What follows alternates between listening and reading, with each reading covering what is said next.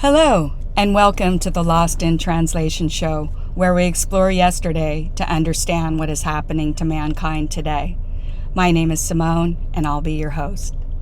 Just wanted to say thank you to my subscribers for joining the conversation and leaving some very insightful messages in my comment section after the last prepping podcast. Sometime soon, I will share the subscriber suggestions. Before I forget, please remember to like, share, comment, and subscribe. And watch the show until the end so there is no confusion about the content. A few people have asked for the sound to be increased, so I am recording louder and hope it does not sound like I'm yelling at you. First, a short recap of some of the details covered in previous shows, and then we will get into the meat of the research. Today I'm going to demonstrate the connection of the Vatican, the Chinese Communist Party, and the royal family of Britain to the financial collapse of the banking system and the genocide of the Canadian First Nations tribes. After presenting this information, we will have a clearer picture of why the Pope may have called the worldwide assets of the Vatican Bank back to the Vatican Bank by September 30th, 2022. Could the mass graves of dead First Nations tribal people in Canada and the Pope's admission of genocide by the Church in Canada and subsequent judgments worldwide be related to all assets being called back to Rome? The content in today's podcast is not meant for children. We are going to be learning about some very disturbing information. Little ears should not be present during this discussion. And before I forget, by the end of the year, I'll have several more interviews. Michelle XX, who many of my subscribers already follow, will join me for a lively discussion. We will have some candid discussions about the connections between transgenderism and transhumanism and other popular topics of the day. Kurt, my uranium expert friend, who did an interview with us in October, will be back with some prepping tips. In addition, he will share some cooking, canning, and storing ideas perfect for this time of year during the harvest season. Now back to the show. One of the reasons I started this program was to inform people about the structures that control our lives. In one of my first financial shows, my research explained why the world completely shut down for the flu. Something that had never been done before, not even during wartime or other epidemics. The ships stopped sailing, the trains stopped moving, the airplanes stopped flying, the banks, the U.S. Post Office, and government offices were closed. All for a flu that had a 99.9% recovery rate. This did not make sense to my inquisitive mind. So began my exploration of why international trade, aviation, transportation, banking, and government functions were really shut down. Of course, I do not deny the flu and have empathy for those who got sick and those who lost their lives. This is what I found in my research. The City of London-based Bank of England had been unable to meet their reserve requirements the day the world locked down for the flu. That means the Bank of England went broke. Just like the banks in the crash of 1929, they did not have the funds to continue operating. Deutsche Bank Germany, like the Federal Reserve, is a subsidiary of the Bank of England, and they could not meet their reserves that day either. So what did the bankers do? They lowered the bank reserve requirements to 0%. On the screen right now is the Fed's March 2020 announcement that the U.S. banks no longer are required to have any reserves. Again, the Federal Reserve is a private bank owned by the City of London. I will let this statement sink in. Since March of 2020, American banks are not required to have any reserves on hand. That means these banks are bankrupt too. If anyone has studied the market crash of 1929, when Federal Reserve American banks could not meet their reserve requirements, the economic depression did not peak until a few years later. Sounding familiar to anyone? The bankers and the politicians lied to the public. They were unable to meet the promises made to the public after the Civil War, when the European bankers had illegally taken control of the U.S. government. They had forcibly taken people's gold and silver and given them paper money. The bankers promised when people went to the bank, they could always redeem the paper for gold. Of course, that did not happen. The government defaulted on its debt to the European bankers, and the Roman birth certificate system was implemented in 1933. The people of this nation became chattel or dead cargo in the Admiralty law system. A complete explanation of this system can be found in my B System, Living in the Matrix podcast. Up on the screen is Executive Order 6102 of Franklin D. Roosevelt, requiring all persons to deliver on or before May 1st, 1933, all but a small portion of gold coin, gold bullion, and gold certificates owned by them to the Federal Reserve in exchange for $20.67. Today, that would be equivalent to $433. So they had forced the people to give up all their gold in the Civil War, and in 1933, they forced them to give what they had left, and the gold went to the same bankers who had caused the crash in 1929. Again, is this sounding familiar to anyone? It took 175 years, but the banks in the United States are bankrupt for the fourth time. In November of 2022, the United States will go from a recession into a technical depression according to basic economic principles. Ignore the talking heads on TV. The media companies are also owned by the Federal Reserve. You can review the Fed's company structure with supporting documents in my Who Controls the Money podcast. So what did our government and the bankers do? They came up with a way to print trillions of dollars for the flu, to cover the bankruptcy, and keep the debt market liquid.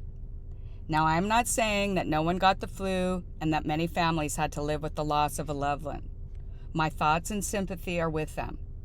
But it is my opinion that the real reason the world closed down is because the banking system failed.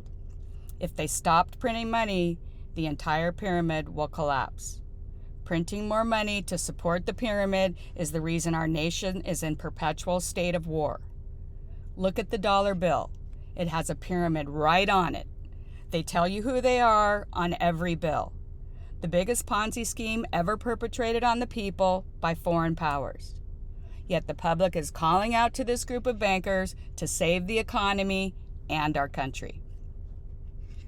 Last month, my podcast addressed the topic of why did the Vatican call all its assets back to the Vatican Bank by September 30th, 2022.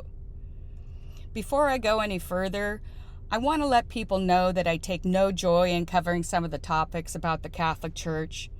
I took my grandmother to church until she passed away a few years ago, and I attended Catholic school for several years. I am not a Catholic myself, and I do not belong to any organized religion. My experience was good, and I encountered none of the issues discussed in this podcast. My research follows the money, and no matter where I turn or what atrocity I uncover, it can usually be linked back to the power structure of the Vatican. I know many Catholics, and they have no idea about any of the topics under discussion. It is they who have been lied to the most. With that said, even with the ability to print money from thin air, the Fed's income went negative in September of this year. Coincidence that the Vatican pulled all their assets back to Vatican City? I think not. This negative income was expected by the stakeholders and was announced to the Fed's members in July of 2022. Up on the screen right now is the announcement from the Federal Reserve website. The Fed buys bonds and then makes money from collecting the interest charged on the bonds. They use the interest to fund the Fed's operations. The excess money goes back to the Treasury. When the Fed's income becomes negative, there is no money to give back to the U.S. Treasury. So that means the U.S. government has no money to operate. Then why are the supposed experts on television and in politics failing to mention the Federal Reserve has a negative income? even with the substantial rate increases the Fed keeps promising will curb inflation. If you've been watching my podcast for very long, you understand the Fed's actions are the reason for the massive devaluation of the dollar that led to this inflation in the first place. Please check out my Fed, inflation, and you presentation if you would like to learn more about inflation and its causes. Over the last several months, the foundation has been laid to help people understand the structures that rule our lives and how that control is implemented to keep people in the Vatican's Roman birth certificate slave system. In this tax system, people's birth certificates are kept in the Vatican Bank and pledged by the government to get loans from the Federal Reserve System. Although this system appeared to crash in 1999 after the United States' third bankruptcy, I'm pretty sure they have implemented it again. I haven't been able to find decisive information, but it appears we're still working in the same system. Presidents on both sides of the aisle work for the Federal Reserve System. Their primary job is to sign contracts that will continually fund the bankers and keep the population as tax slaves. In fact, both the words Christian and Islam are actually names of different categories of people in the Roman tax codes, and not what the followers of Yeshua or Jesus called himself in ancient time. Christian was first used by the Roman Emperor of Antioch to describe Christ's followers in his tax documents. Later, Muhammad, who was born outside the walls of Rome, financed by the Catholic Church, a descendant of one of the members of the meeting of Nicaea, who was married to a nun, helped the Vatican create the taxation Roman tax code category with the name Islam. In this birth certificate system, children born to the well-off trade as A-bonds in the financial markets, while the children of the poor trade as junk bonds. The funds are collected by the Vatican Bank and then lent back to the population with interest. So enough about the new digital currency and probable causes of the worldwide banking shutdown for the flu. I have an additional theory of why the Vatican has called his assets back to Rome. All one has to do is turn on the television or open a magazine to understand the church is under fire and being held responsible for their crimes of child abuse, rape, genocide, murder, torture, starvation, financial fraud, and the subsequent cover-up of these felony crimes. Last summer, the Pope traveled to Canada to apologize to the First Nations or Indigenous peoples of Canada for the genocide committed on the children that were taken from their families and forcibly put into government facilities run by the British Crown and the Catholic Anglican Church. When I say Crown, I refer to the papacy. The City of London is the Crown Corporation. I am not referring to the Queen of England, who is under the jurisdiction of the Pope. According to the testimonies of those who survived the group homes and the records of the church, and I'm meaning complete, categorized messages where the children and the atrocities are recorded and sent back to England. These children were starved, tortured, and sexually abused by not only the clergy, but used for sex parties and rituals of the British elite. This is well documented, and mass graves continue to be found worldwide on Catholic grounds. In fact, the Prime Minister of Canada made a public apology for the crimes, but a week later, another mass grave was found. And these mass graves on Catholic land are not only in Canada. Several hundred decapitated babies were found in Ireland several years ago. Other unmarked graves have been found at the Vatican and the British royal family's summer house. The bodies continue to be found as lawsuits and investigations increase globally. It is my assertion that the reason they are calling all assets back to Rome is to protect their assets in the bank from the worldwide effort to sue the Vatican for their many crimes. They have settled over $7 billion in lawsuits just in the United States the last time I checked.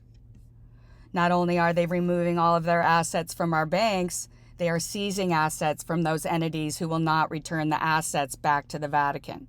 For instance, the Vatican recently nullified the Knights of Malta and seized their assets. Prior to September 30th, the Vatican entities held assets worldwide. If their assets are hidden in the Vatican Bank, a separate country, the lawsuit judgments for the worldwide crimes cannot be satisfied. This might sound like a stretch, but the magnitude of the crimes and their admission of genocide could bankrupt this institution. If people want to know more about the crimes of the Crown and the Vatican committed in Canada, please read the book Murder by Decree. This is a detailed history of the atrocities committed by this power structure, primarily on the First Nations women and children of Canada. Following is a news report on the Pope's apology tour to Canada. Just to clarify, this is not my theory. The Pope admits the crimes. But who was the Pope really going to Canada to meet? First, let's read the public statement about his trip to Canada. Here is the Reuters article. Just as a heads up, Reuters is based in the city of London and, like all media corporations, is owned and controlled by the Vatican. There are numerous documents between the Church and the Crown discussing the starvation practices, sex trafficking, and murder that they are finally being held responsible for. Toronto, July 20th, 2022. When Pope Francis travels to Canada, Indigenous leaders and residential school survivors say they are hoping for more than an apology. They want action. Francis, who will be the first pope in nearly 20 years to visit Canada, said on Sunday he was making a pilgrimage of penance to help heal the wrongs done to Indigenous people by Roman Catholic priests and nuns who ran abusive residential schools linked to the deaths of tens of thousands of children. Following is a recap of a podcast with Kevin Annett on The Connor Boyle Show on October 10, 2022. He is a former priest who has led the fight against the Catholic Church on behalf of the First Nations tribes. Many credit him with bringing down the last two popes. Please pray for his safety. He is a very admirable man and put his life on the line on a daily basis. He talks about how the Queen signed final documents to merge the Church of England back to Vatican right before her death. The agreement she had signed earlier with Pope Benedict in 2010 set this process in motion. Then reportedly, according to the newspapers anyway, the Queen died 2 days before 9/11. This was 2 days before the First Nations people were at the UN demanding the Vatican be expelled from the United Nations due to admitted cultural genocide on the children of Canada. The First Nations representatives went to the Nicaraguan government to help them put forward their case. In 2021, Nicaragua threw the Vatican out of their country for interfering in their elections and trying to overthrow the government. The First Nations representatives are requesting the cases of the 10 missing children from an orphanage in Kamloops, Canada, allegedly taken by Queen Elizabeth and Prince Philip on their honeymoon, be reopened. When the residential schools win lawsuits, the churches in Canada and England and other countries have hidden their money and assets to prevent collection of the judgments. Could this be why all assets have been called back to the Vatican by September 30th, 2022? It's something to consider as mass graves continue to be found and financial judgments continue to roll in. So if the Vatican is kicked out of the UN, will their co-conspirators in England and other Commonwealth countries like Canada, Australia, and New Zealand get kicked out too? These terrible crimes were committed in the British Commonwealth countries by the same political and religious leaders. Who will fund NATO? The military envisioned by Hitler and brought to fruition by his top two Nazi generals. How will the New World Order envisioned by the Pope and the United Nations he supported and funded be achieved if the British Commonwealth is thrown out and their assets are being seized by those they have wronged? Whose blood and money will be spilled to force the world to consent to the bankers and the Roman Vatican rule of the planet? Who will be their slaves now? How can they control the United Nations that was formed to bring communism to the world with one government, one religion, and one military to be led by the Pope? This is a huge problem for the survival of the Vatican political system and its currency fraud. But the lawsuits are not the only problem facing the Vatican agents like Prince Charles. Prince Charles has been summoned to human rights tribunals. What are the skeletons that could be exposed in his family's closet? If Charles does not appear, he will be found guilty of the crimes he is being accused of. His father, Prince Philip, was a high member of the Ninth Circle cult that killed many children. This cult goes way back to Babylonian times. The Dutch and Belgian royal families have been exposed for these crimes too. Many members of the EU's leading families and the EU politicians have also been exposed for similar crimes. You can go online and watch Queen Elizabeth's Druid initiation. This is another cult that practices child sacrifice. People can read the transcripts or go online and find child survivors of their human hunting parties and the bloodletting rituals of the Ninth Circle where they witnessed the deaths of other children. There is also a group of priests who go around on certain holidays. They know the sacrifices are being done, and they break them up and arrest the members of the cult. Prince Philip was once asked in an interview what he would come back as in another life. He said he would like to come back as a virus and kill most of the people on the planet. I am paraphrasing, but that was his well-publicized statement. I have no idea why people put the British royal family on a pedestal when they have repeatedly committed atrocities throughout history. Seems kind of strange that Prince Philip reportedly died of the COVID virus after making his well-documented statement years ago. Many of these court documents exposing these crimes came out the same day the world was advised of the dangerous virus in January of 2019. Another data point to add to this puzzle. The royal families of Europe, the descendants of the Roman founder of the Vatican, Simon Magus, continue to practice child sacrifice. The royal families of Europe openly ate human meat as the turn of the 20th century, claiming it was from dead soldiers. The custom is continued by the Ninth Circle. The Catholic Mass is a satanic mass that reflects this practice. When Catholics drink the blood of Christ or the innocent, it will transform them according to their doctrine. This is a blood ritual based in cannibalism. No one can tell the police about what they see, or they are excommunicated, or worse. Organ harvesting is an ancient Babylonian custom. The reports of missing organs of the First Nation corpses have been scrubbed by the media and the police who work for the Chinese CCP. They take First Nations people because they are not citizens, but they use Anglican and Catholic orphans too. Protestants believe the communion is a symbol only of the Last Supper, not that the priest transformed the wine to the blood of the innocent and then drink it for more power. But these practices exist outside Europe. The Chinese ruling class practice the same rituals, except their public organ trafficking and murder of tens of millions of their own people is done out in the open under the doctrine of communism. The Vatican and China both believe the world should have one emperor. This is one of the reasons that they work so well together to crush the people. Many people who've listened to my previous podcasts understand that it was through the Vatican, via the City of London and Wall Street, that the Communist Party was put in place both in Russia and in China.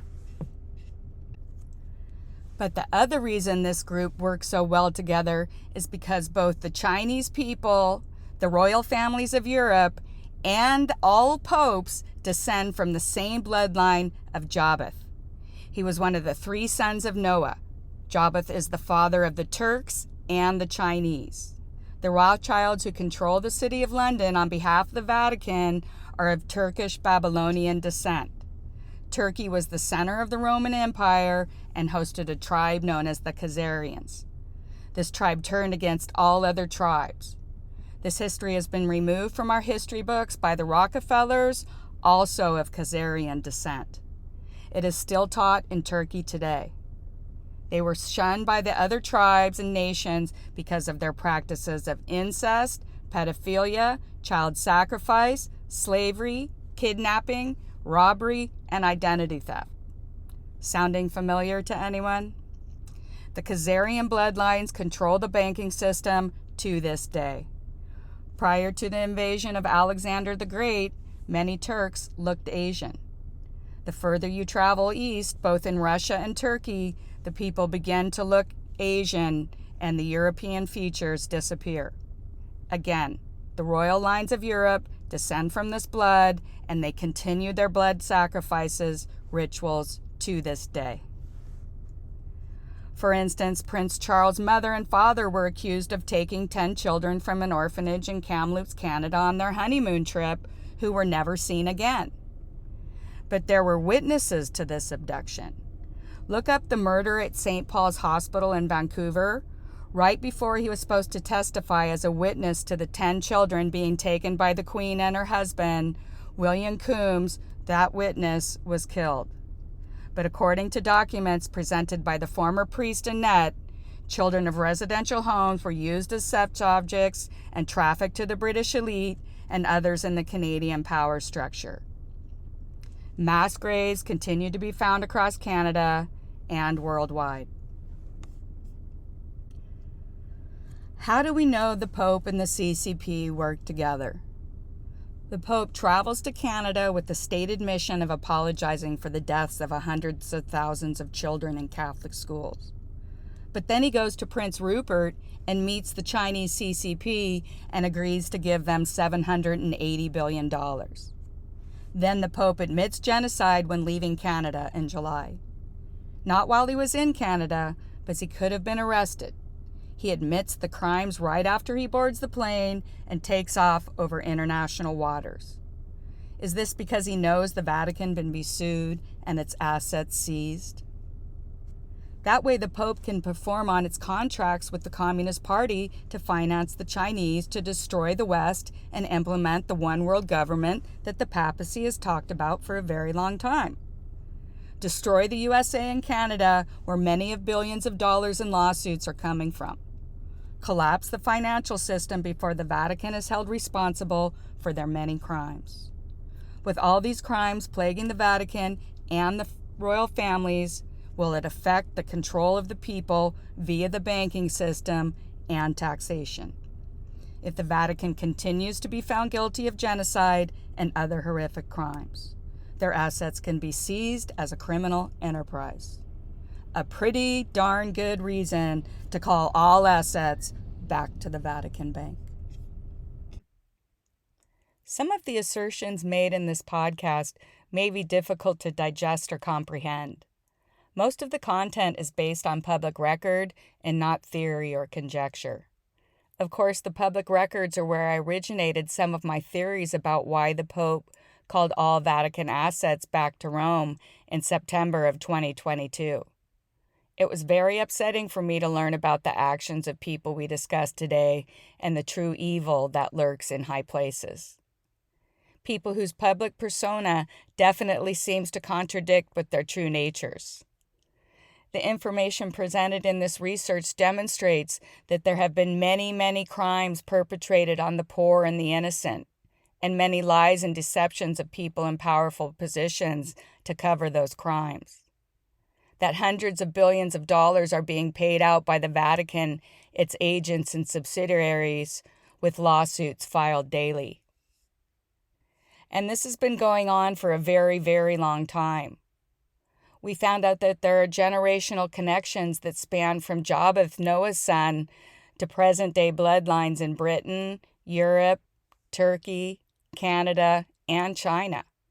the same bloodlines of people who run the City of London private banking international criminal cartel that controls global trade and finance.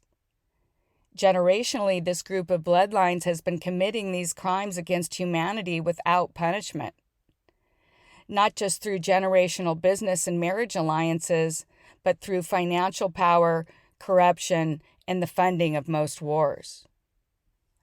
Above all, they are joined by their mutual political aspirations of implementing communism globally, with one world government, one world religion, and one world military.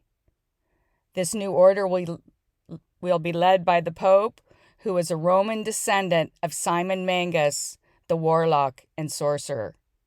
This information is just a jumping-off point for people to delve into these topics and make their own conclusions. Just to recap, the banks are not required to have any reserve requirements since 2020. The FDIC, who insures the bank accounts, only has 1.25% in reserves, leaving 98.75% of depositors' accounts without insurance in the event the bank goes bust.